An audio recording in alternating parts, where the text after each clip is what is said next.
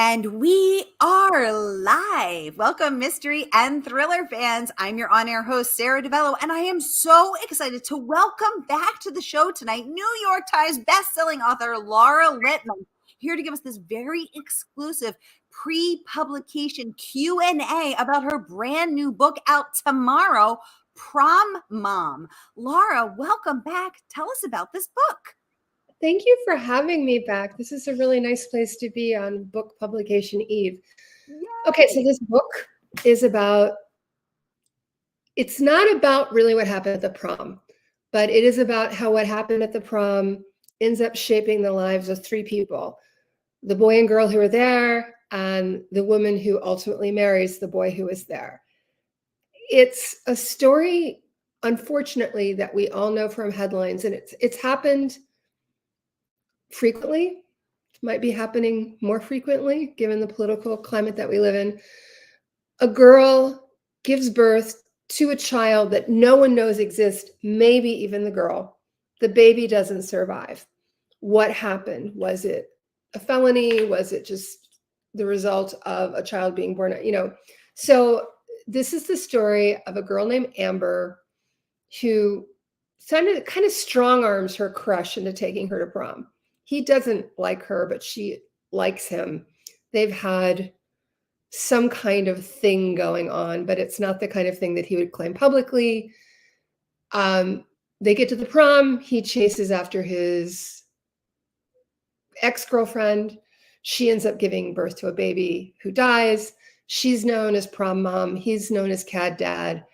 Jump forward a little more than 20 years.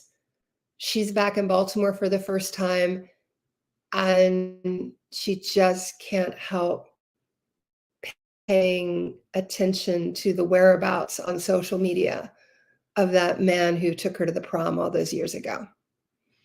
And everything unspools from there.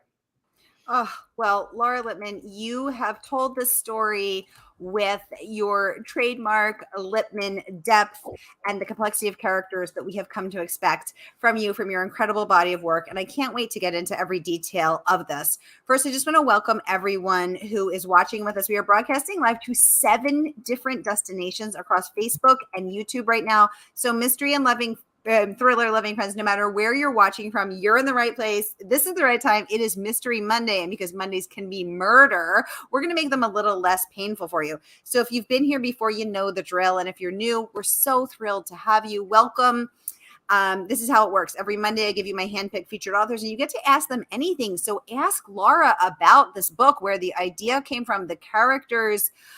We have so much to talk about, the incredible praise that this book is earning. I know this book really appealed to me for so many reasons. First, because I'm a Lara Lippman fan. I'm a Lara Lippman stan, the cool kids say. Second of all, because I don't know about you all, I didn't go to prom, and I feel I have missed out. So all these years, I live vicariously through those who went to prom. So when I saw the book was called Prom Mom, I had to read it.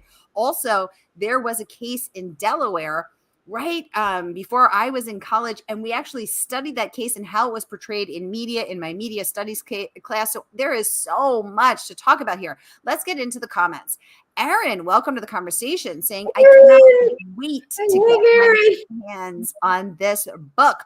Well, Erin, guess what? You don't have long to wait. The book drops tomorrow. And listen, mystery loving friends, we can all order it tonight from our favorite woman-owned independent bookstore. That is, of course, Murder by the Book. So here is that link, no matter where you're watching from on Facebook or YouTube. Grab your copy of Prom Mom right here. Click and order. I'm going to pop it up for us all to have, and let us know what you think about this. If you are watching, we're broadcasting to a couple different private Facebook groups. If you're in one of those groups, everyone in the group can see you, but outside you're going to remain a mystery, which is very on brand. So we have a mystery user joining us saying, from my memory, you didn't miss much. Thank you. Thank you. That's making me feel a tiny bit better. So Lara, tell us, but whether you went to prom or not, we all have that feeling of looking back and regretting, of wishing we could go back in time, of changing things, or wanting to revisit people from our past to iron things out. Did you tap into that? Or tell us about the inception moment, those inception feelings that spawned this book. I mean, the thing that spawned this book was a podcast called You're Wrong About, which is hosted by Sarah Marshall and she used to have a co-host called Michael Hobbs. And at the time that they did a show on Prom Mom, in quotes, she was still working with Michael. And I can see myself, I'm walking, it's 2020, it's cold, it's toward the end of the year. I've finished a book. I'm trying to think about the next book. And I'm listening to this podcast. And they're talking about at least two different cases. The one that you mentioned in Delaware, and there was another one, I think, from New Jersey. I wasn't really that caught by the specific cases. The thing that inspired me was this line that just kind of went zinging through about how a teenage girl's body is a mystery to her. That you really could be pregnant and not know it. And I think that up until that moment, to the extent that I thought about it, I was always like, oh, you could not know you were pregnant. And I think for the first time I had that pang of empathy where I was like, no, you absolutely could. And that probably was something that had changed because I have a daughter who's now 13. And that was a kid who was sort of like on the cusp of adolescence at the time. And I was seeing like, yeah. And I was remembering I didn't know my body, and I could see having that level of denial. So I wanted to really look at what might happen in the future. As a matter of fact, I think, I'm not sure it's the Delaware case, but I think it might be. I read somewhere that the couple involved as adults many years later became Facebook friends. And I was really intrigued by that. I was like, wow, what do you talk about when that's what you share with someone? Like, what's the conversation? How do you deal with it? And so I was really Yeah. interested in the idea of kind of before and after, how the girl would have paid a very different price than the boy. I mean, the boy is ignorant. He doesn't know what's going on, and he's not there when the baby is born. So that makes sense in a way. But I was also really, really interested in what life was like. And this now feels like a decade ago. But I was interested in how during those early months of the pandemic, I felt like people were getting really weird. We were all kind of, we were Yes. stir crazy. We were creating new rituals. I just felt like it was a time in which people's lives had entered this kind of big surreal timeout. Mine had. I mean, I was just like, I don't feel like I'm living my life right now. I feel like I'm waiting for life to come back. And I didn't feel that, I will say this. On one level, I realized that maybe it was commercially disastrous to write about 2020 and early 2021, because who would ever want to revisit that time? But I couldn't not write about them. I was obsessed. I was just obsessed with trying to understand sort of like, I would say it's like really basically the first year, from like March 2020 Mm. into spring of 2021. I was really obsessed with understanding that time in our culture. I was as obsessed as my character Amber was with once again seeing and talking to her old prom date. So I think I had that going on. Well, clearly you have tapped into something universal that we all feel, as well as an incredible story, a juicy story pulled straight from the headlines. But you've done so much more than that. Let's look at the praise from Emma Straub, who I just had the pleasure of hearing speak at the Nantucket Book Festival. She says, "Prom Mom subverts the tabloid headline of its title into something more surprising, transgressive, and sexy. Laura Lippman is an absolute master of plot and timing, and I would follow her anywhere, even to the prom." That is from Emma Straub, New York Times bestselling author of most recently This Time Tomorrow. So, Laura, let's talk about that. First of all, as the Emma Straub deemed absolute master of plot and timing, are you a plotter, or are you a write as you go kind of gal? Can you be both? Because, okay, so this is my take, and I teach writing, so I think a lot about the lessons that can be pulled from my own life.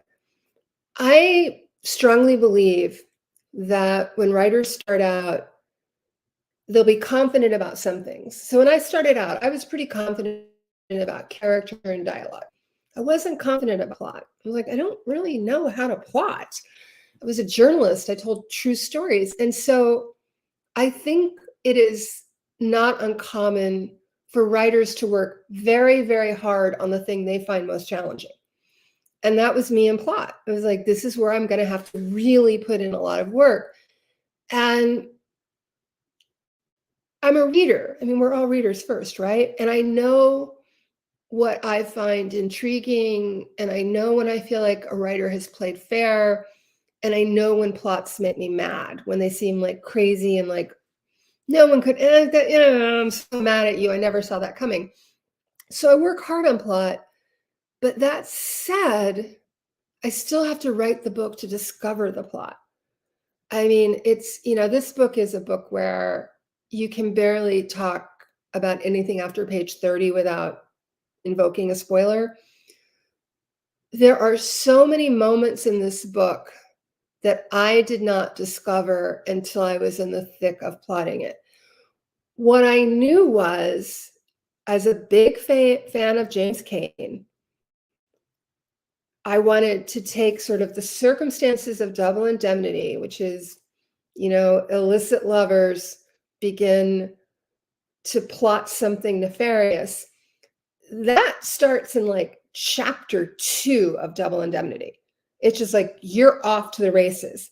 And it makes sense in Cain's world, and it makes sense with Cain's characters. But I wanted to show what a long, slow burn it would be for most people to get to the point where they would consider doing something pretty awful. And it had to be more than I loved you once. It had to be more than we're having some kind of unusual relationship now. I mean, a big part of it is that they're living in a time that's unknown and uncertain, which is 2020. And a big part of it is that thing, and this is universal, I think, like you meet that person who knew you when you were 18 and you want to feel like that again. Like, I want to feel like that again. I don't want all my baggage, not even just big tabloid headline baggage. We all, by the time we're 40, we've all ended up maybe being a little less than we hoped we were going to be. And then you meet someone who still sees you as your teenage self, who still sees you as the high school hero. And that's really seductive, I think. Yes. Oh my gosh. All of this. Absolutely. We have a mystery guest saying, what an interesting and this is from Kathy Reuter, fellow mystery writer Kathy Reuter. So what an interesting and understandable premise to write about. I am looking forward to reading it. Kathy, what a pleasure to have you. Welcome to the conversation. We have Diane joining us from YouTube, and she is saying, good evening, Sarah. Good evening, Laura. Good evening to you, Diane. And Diane says, yes, we were all readers first. So Laura, what are you reading? I'm so on top of this question because it's part of my newsletter. Okay, first of all, I'm really bad with titles. I want to start off. I just finished a book by my friend Allison Galen, who has been hired by the Robert Parker estate to continue the Sunny Randall series, which is a female PI series that Robert Parker created.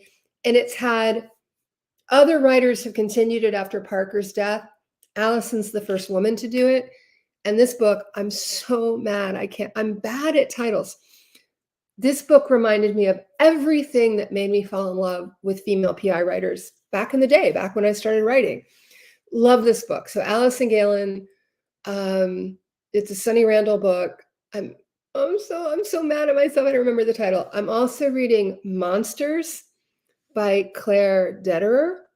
I hope I'm saying Claire's last name right. It's an amazing book about how do we deal with art by problematic people. It's Mm. really beautiful and smart, and it's just so essential to anyone who's a writer. Ooh. And I have decided, as of today, to read one of the classics that I've never read, Ooh. War and Peace. Oh, wow. First of all, I just want to say I found the book that Allison Galen wrote. It is Robert B. Parker's Bad Influence. And I'm going That's to it. That's drop it. the link in the comments. So here is the link to Allison Galen's Bad Influence, which is the first I've just learned in first female writer in Robert B. Parker's series. So here is that link, everybody, as well as Terrific. Claire Dederer's Monsters. Yes, And and what was the third one? I'm reading War and Peace. I just Oh, started. War and Peace. I'm going to read it very, very slowly. And I think I'm going to alternate between reading and doing it on audio, because it turns out there's an audio version by the actress Thandie Newton. So I might have pronounced her name wrong, but at any rate, I love a podcast called Marlon and Jake read books by dead people. And it's the great writer Marlon James and his editor Jake Morrissey. And the conceit of the podcast is they only talk about books by dead people so they can be really, really candid. They don't have to worry about hurting anyone's feelings. It's a fantastic podcast. And I was a little bit behind on it because this episode had actually posted in May and I'd somehow missed it. But they were doing a summer reading one, and they put forward the idea that War and Peace is actually a very accessible book. And I'm like, okay, I need to do this. I've done Anna Karenina. I've done some of the other great Russians, but I was like, I need to try this. I need to push myself a little bit. Oh my gosh, I love that. I love that.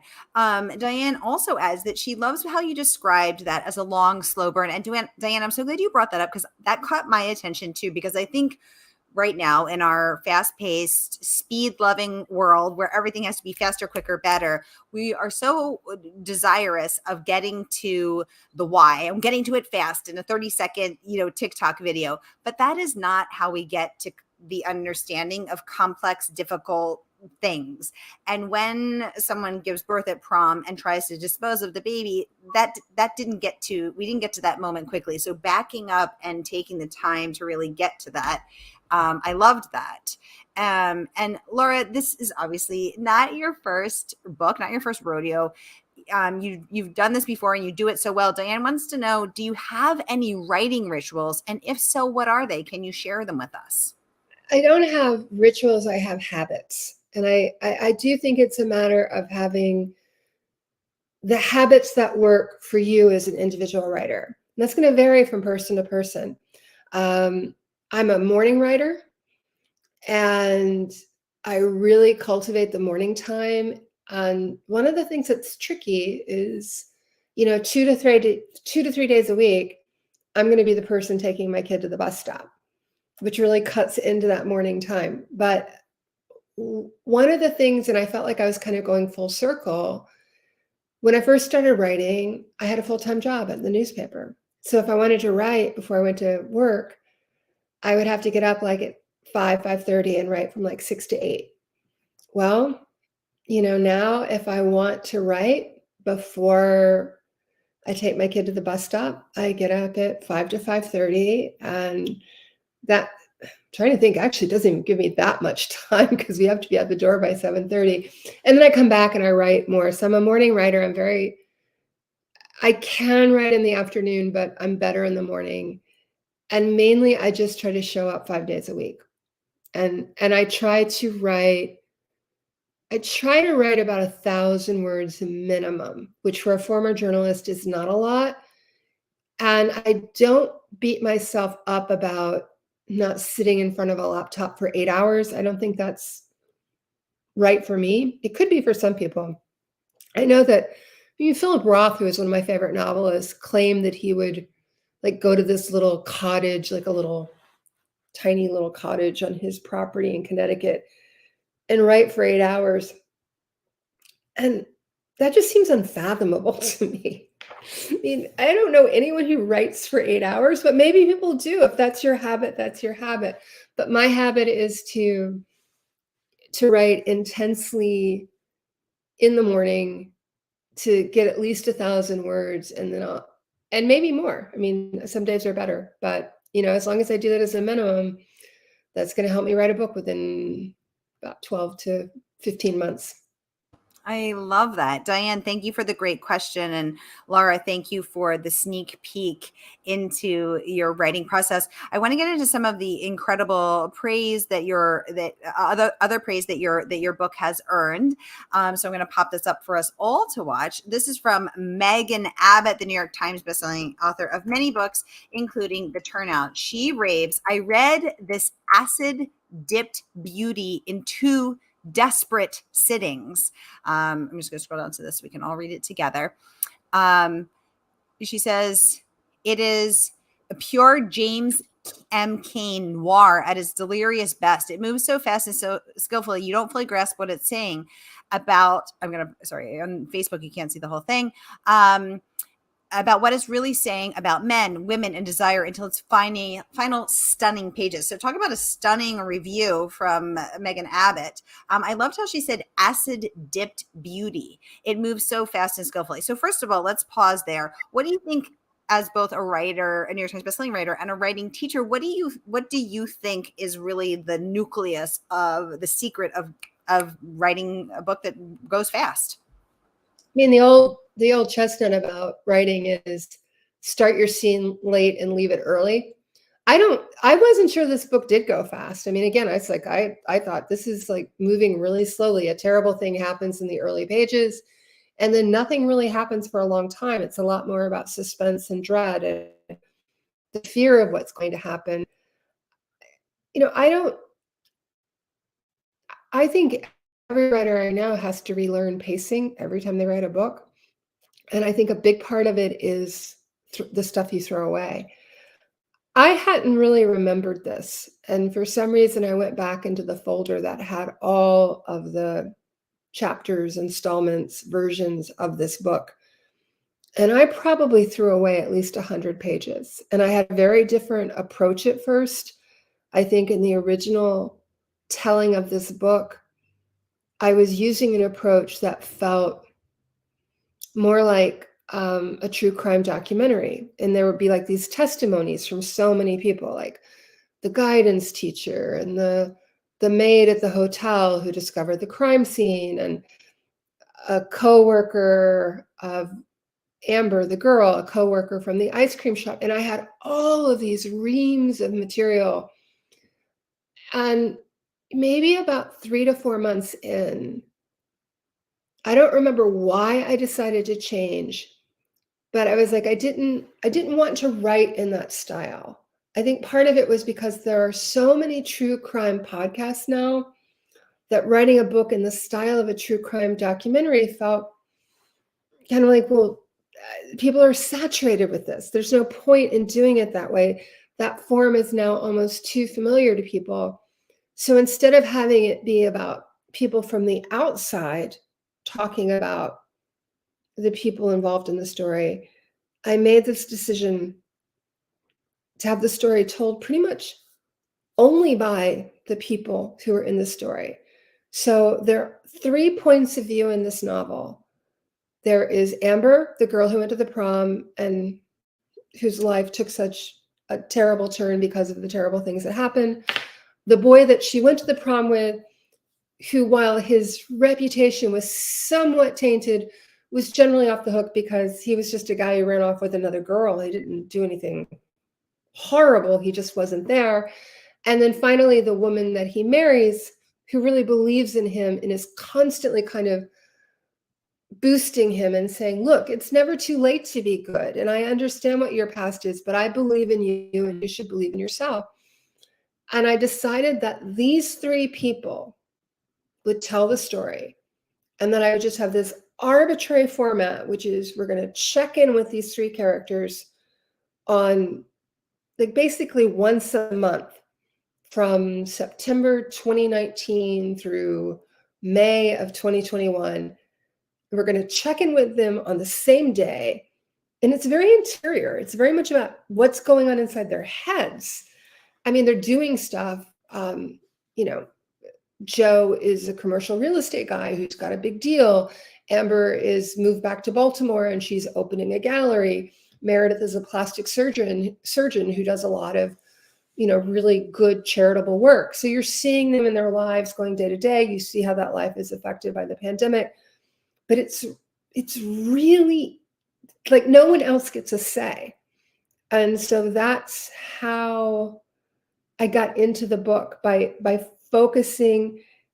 And I think to the extent that the book, I hope, fingers crossed, it's not for me to say, but to the extent that the book has a kind of forward momentum, it's because people sense that Amber's interest in Joe is obsessive and dangerous, that no good can come of that.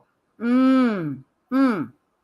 I love that, Laura. And it's so fascinating to know, because when you read the book, it feels so inherent and necessary to tell it the way you told it, that I actually can't quite believe that it used to be in this other I can't imagine it being in that other true crime documentary style.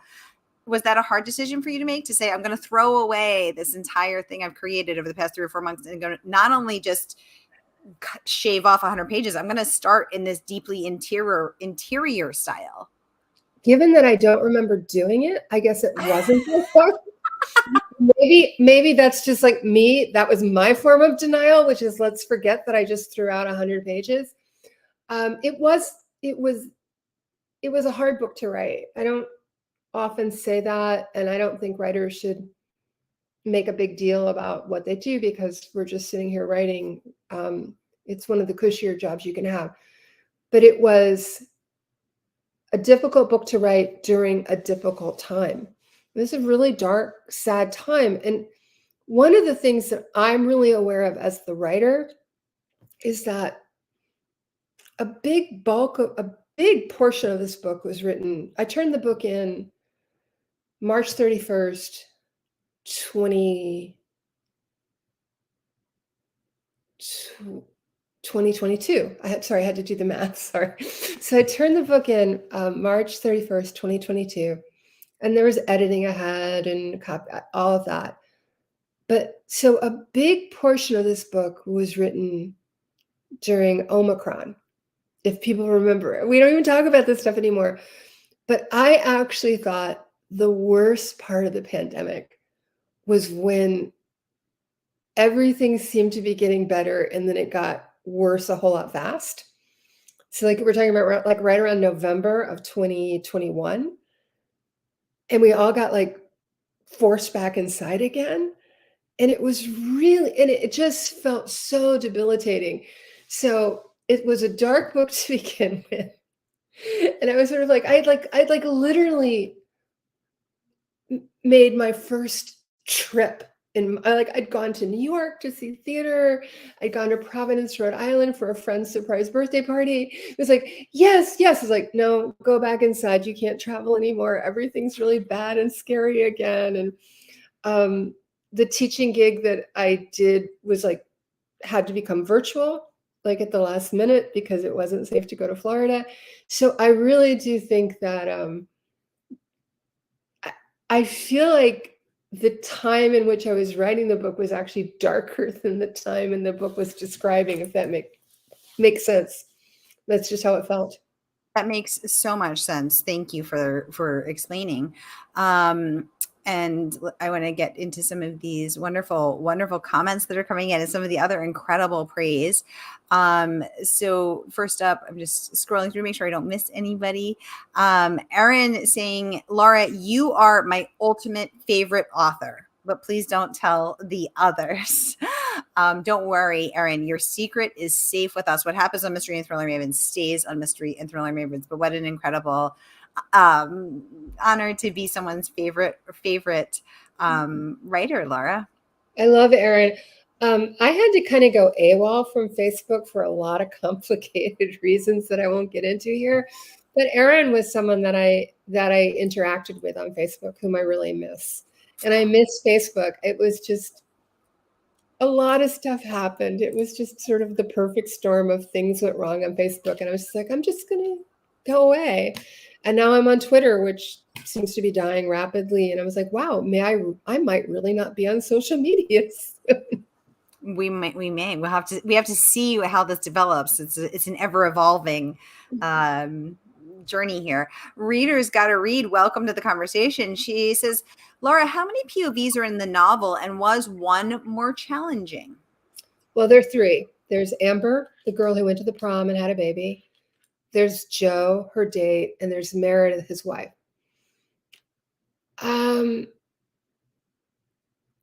So like I have to really, that's such a wonderful question. And like the knee-jerk reaction is say, well, of course, Joe is the hardest to write because he's a man.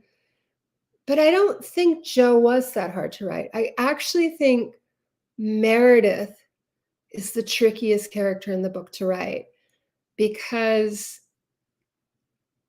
Meredith and I agree on so much, but I am not Meredith and Meredith is not me. And this is where it's like when you get to the end of the book, it's easier to understand why Meredith might have been a difficult character to write. I found Amber, I found Amber a really easy character to write, although Amber has a much odder life and a much odder story, and then in this terribly tragic story. But I was a nerd in high school. So for me to write about the girl who doesn't get asked to the prom unless she sort of strong arms the jock she's been tutoring, like I really understood Amber. We're not at all alike. She's more eccentric than I am. She's really shaped by her circumstances from an early life on. She's got an odd mom. Like she's had not a great life. But there was something about her. And I think actually the thing that made it easy for me to write about Amber is because I absolutely understand any Baltimorean who falls in love with New Orleans, because I am that person. So in Amber, I was writing about someone who, like me, loves two cities for very different reasons. Oh, I love that answer. And thank you, Readers Gotta Read, joining us from YouTube. Always a pleasure to see you pop up, ma'am. Erin wants to know, Laura, will we ever hear from Tess Monahan again? Okay, well, so the book I'm writing right now, for people who like go way deep on Tess Monahan, they might remember that for a brief period of time, there was a woman who worked for Tess who was an older woman named Mrs. Blossom. So the next book is actually about Mrs. Blossom trying to take a cruise in Europe and being surrounded by nefarious people who think she has a stolen statue. And so Tess pops up in this book the way she popped up in Dream Girl. I very much want people to hear from Tess Monahan again, but two things have to happen. First of all, I have to have the right idea. It has to be a Tess Monahan idea. And secondly, I'm not going to go back to Tess unless I know how to write a great ending for Tess. And that doesn't mean one book. It could be two books. It could be three books. But I'm not going to go back to Tess until I know how to reward her. I will say here, and it's incredibly abstract because we're in the middle of the writer's strike. And so nothing will happen until this is resolved. But earlier this year, before there was a writer's strike, I have agents in Hollywood. They've been selling my stuff. They sold Prom Mom. And I've never wanted to work on any of the film, television adaptations of anything I do. But I went to them and I said, I have an idea for how to do the Tess Monahan television series. And it's rather specific and high concept. And I want to write the pilot, I want to write the Bible, and then I want to bow out. And so my agent said, what this means is we need to find like a showrunner to match you with. And the two of you can work together. So, so I hope one day that Tess will be back in a book. And I hope that one day that Tess will be on our televisions.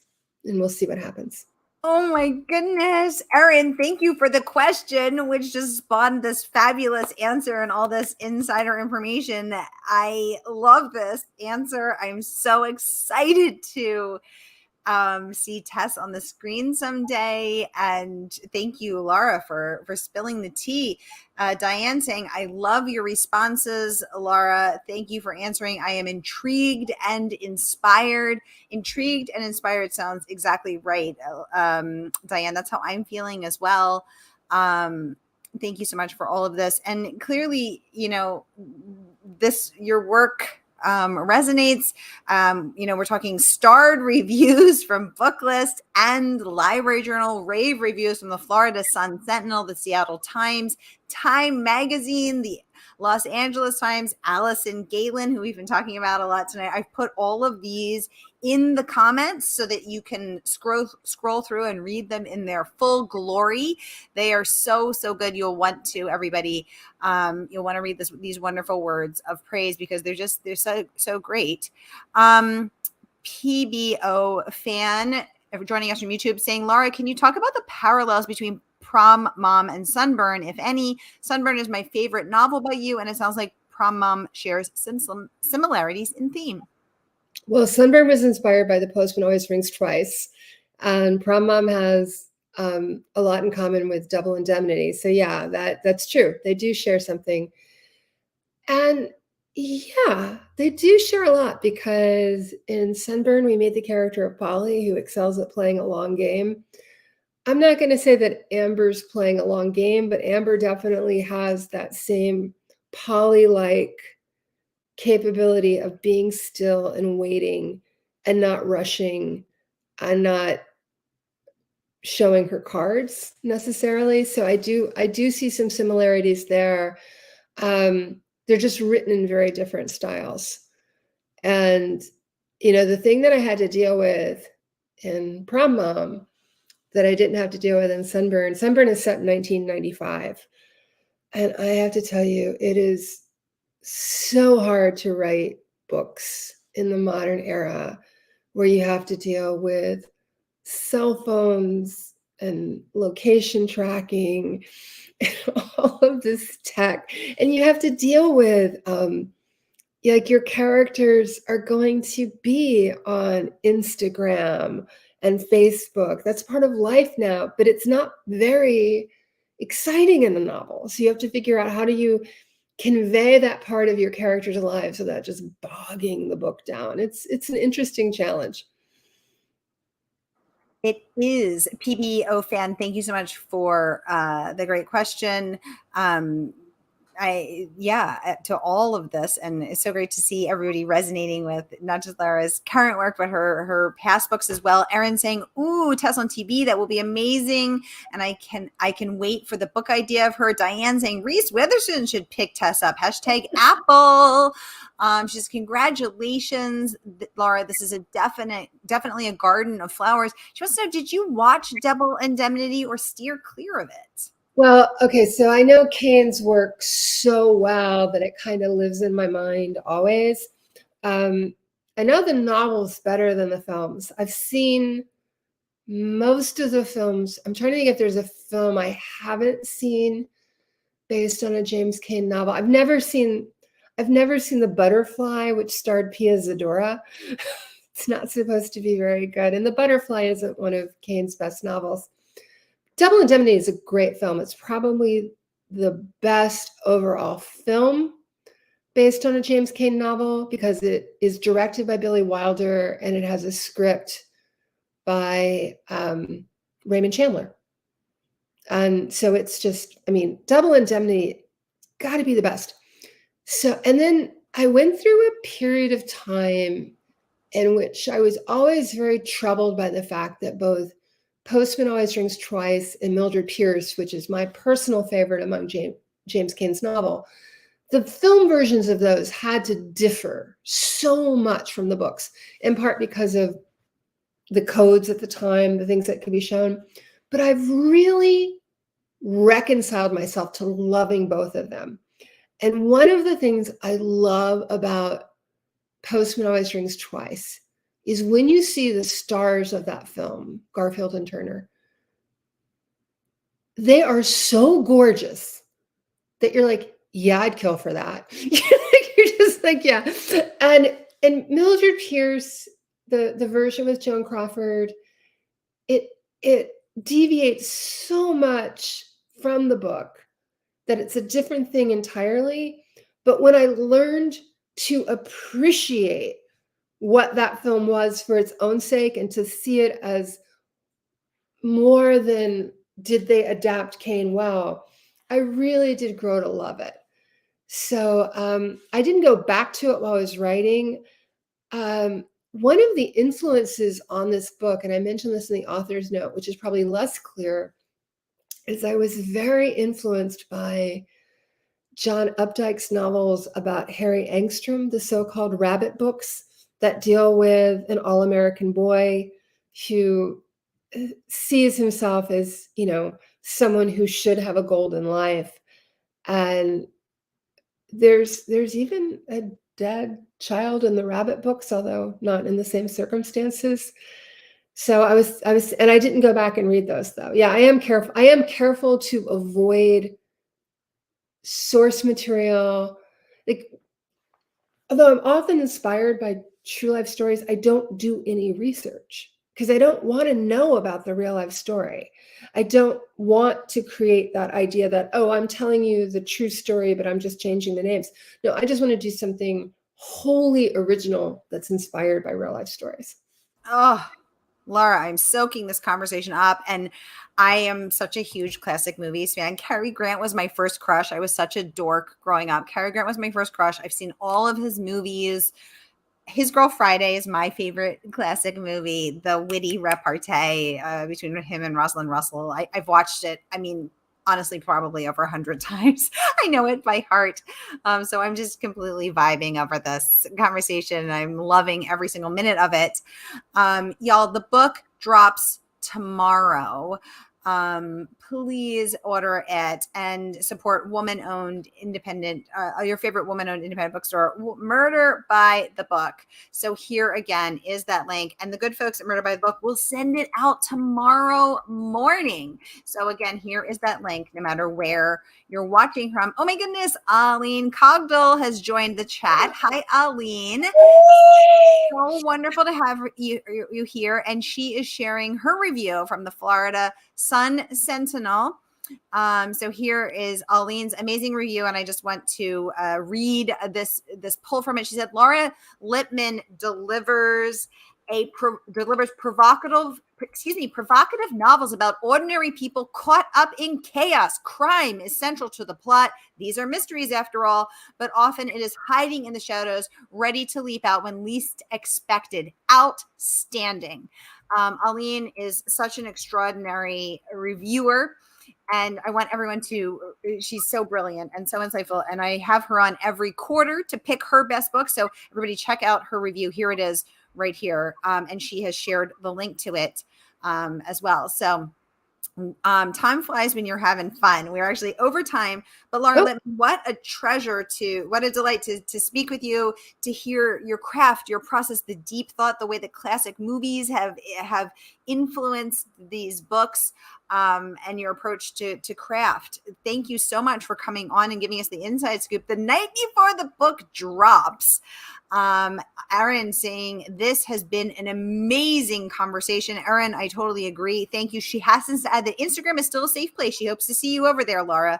Leisha saying Prom Mom sounds very intriguing. It sure is, Leisha. Diane saying thank you, Sarah. Thank you, Laura. Happy release week. Thank you, all of you, for sharing your Mystery Monday with us.